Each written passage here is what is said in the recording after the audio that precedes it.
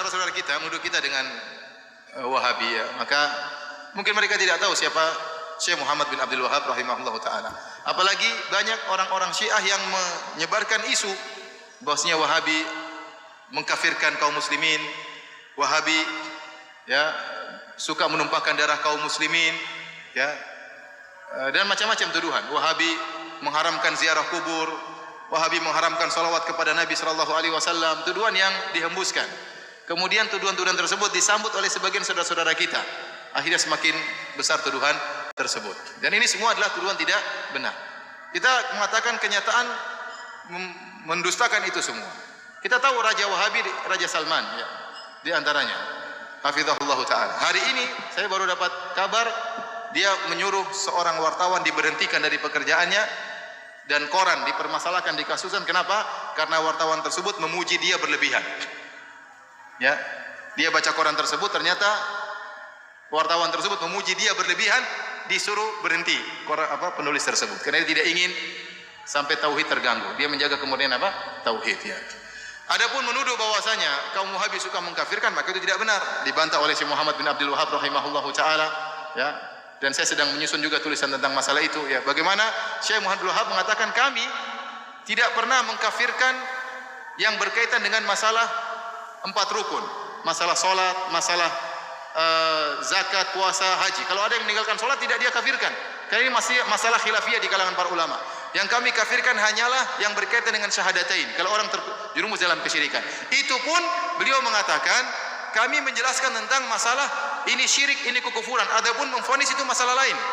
Makanya beliau dalam pernyataan mengatakan bagaimana kami mengkafirkan orang-orang sementara ada orang yang beribadah di kuburan Ahmad Al-Badawi tidak kami kafirkan karena dia tidak tahu. Bagaimana kemudian kami dituduh mengkafirkan orang-orang?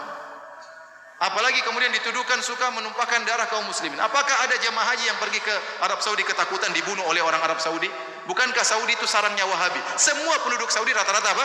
Wahabi. Apakah ada jemaah haji yang ketakutan kalau ketemu orang Arab Saudi? Ya, yang akan dirampas hartanya, akan dibunuh? Enggak ada, itu omong kosong. Atau kalau Arab Saudi memberi bantuan, gratisan banyak, pelayanan. Ya. Bahkan Raja Salman kalau sudah memberikan bantuan, sebelumnya Raja Malik Abdullah, kalau sudah beri bantuan kemana saja, Suriah dibantu luar biasa. Jutaan orang Suriah dibantu di Arab Saudi. Ya. Kemudian bantuan terhadap Palestina, kumpulin duit langsung entah berapa triliun langsung dikirim ke Palestina. Bantuan, yang ini tidak jarang diekspos. Di tanah air kita juga banyak bantuan. Ya. Banyak masjid-masjid dibangun. Ya. Sering yang membangun masjid tidak tanya-tanya apakah masjidnya itu orangnya tahlilan atau tidak. Tidak ada pertanyaan. Pokoknya butuh masjid, bangun. Betapa banyak orang bangun masjid. Tidak ditanya mauludan atau tahlilan. Tidak, bangun masjid, bangun masjid. Betapa banyak pondok-pondok dibantu. Ya. Kemudian juga ya Suriah, Yaman dibantu. Secara madhab kalau kita bicara akidah ada perbedaan. Ya. Kita tahu Yaman bukan Wahabi, kita tahu Suriah bukan juga Wahabi, Palestina juga bukan Wahabi, tapi dibantu sama raja-raja Wahabi. Kemanusiaan mereka tinggi. Maka maksud saya seorang jangan menuduh yang tidak-tidak. Kalau dia menuduh bahwasanya Syekh Muhammad bin Wahab melarang untuk ziarah kubur, tidak benar. Kita suruh ziarah kubur, yang tidak boleh kalau minta kepada penghuni kubur. Ya. Dilarang bersolawat. Saya bilang kita tiap hari bersolawat. Allahumma sholli ala Muhammad sallallahu alaihi wasallam. Berulang-ulang dalam ceramah kita bersolawat, ya. Yang dilarang mungkin solawat yang mengandung mana-mana kesyirikan, itu yang dilarang. Adapun kalau solawat yang sunnah silakan. Ya. Oleh karenanya seorang berhati-hati tatkala memberi tuduhan yang tidak-tidak, ya, karena termakan dengan provokasi sebagian orang. Kalau dia nuduh Syekh Muhammad bin Wahab dengan tuduhan yang tidak-tidak, ingat dia akan disidang oleh Allah pada hari kiamat. Kita kalau nuduh orang tidak benar, kita akan disidang berhadapan dengan Syekh Muhammad bin Abdul Wahab. Dan hati-hati jangan-jangan pahala kita diambil oleh beliau seluruhnya. Karena kita tuduh dia dengan tuduhan yang tidak-tidak. Ya, ini bahaya, hati-hati. Maka seorang tatkala berbicara hendaknya dia berpikir sebelum mengucapkan apa yang dia ucapkan. Dan saya katakan bahwasanya kita bersabar kalau dituduh yang tidak-tidak, yang penting kita menjalankan sunnah. Dan ingat, kita tidak ada yang mengkultuskan Syekh Muhammad bin Abdul Wahab. Syekh Muhammad bin Abdul Wahab rahimahullah hanyalah seorang ulama yang bermadzhab Hambali. Dan dia bisa salah, bisa benar. Kalau salah kita tolak, kalau benar kita ambil.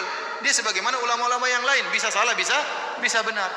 Makanya dalam kajian-kajian kita juga hampir tidak pernah kita bilang berkata Wahabi, berkata Muhammad bin Wahab, tidak pernah. Saya yang sampaikan dari apa saya ucapkan.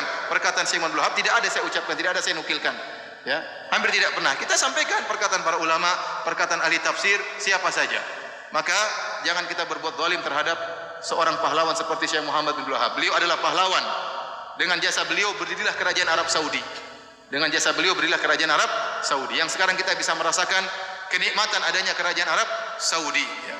Adanya ketentraman, adanya keamanan, adanya ibadah yang tentram di sana. Bagaimana bantuan kerajaan Arab Saudi kepada negara-negara Islam, itu salah satu jasanya Syekh Muhammad bin Abdul Wahab rahimahullahu taala. Jadi saya sering sampaikan, Syekh Muhammad bin Abdul Wahab itu di Saudi seperti tuanku Imam Bonjol di tanah air kita, seperti Pangeran Diponegoro di tanah air kita. Maka mereka cinta kepada pahlawan mereka, wajar.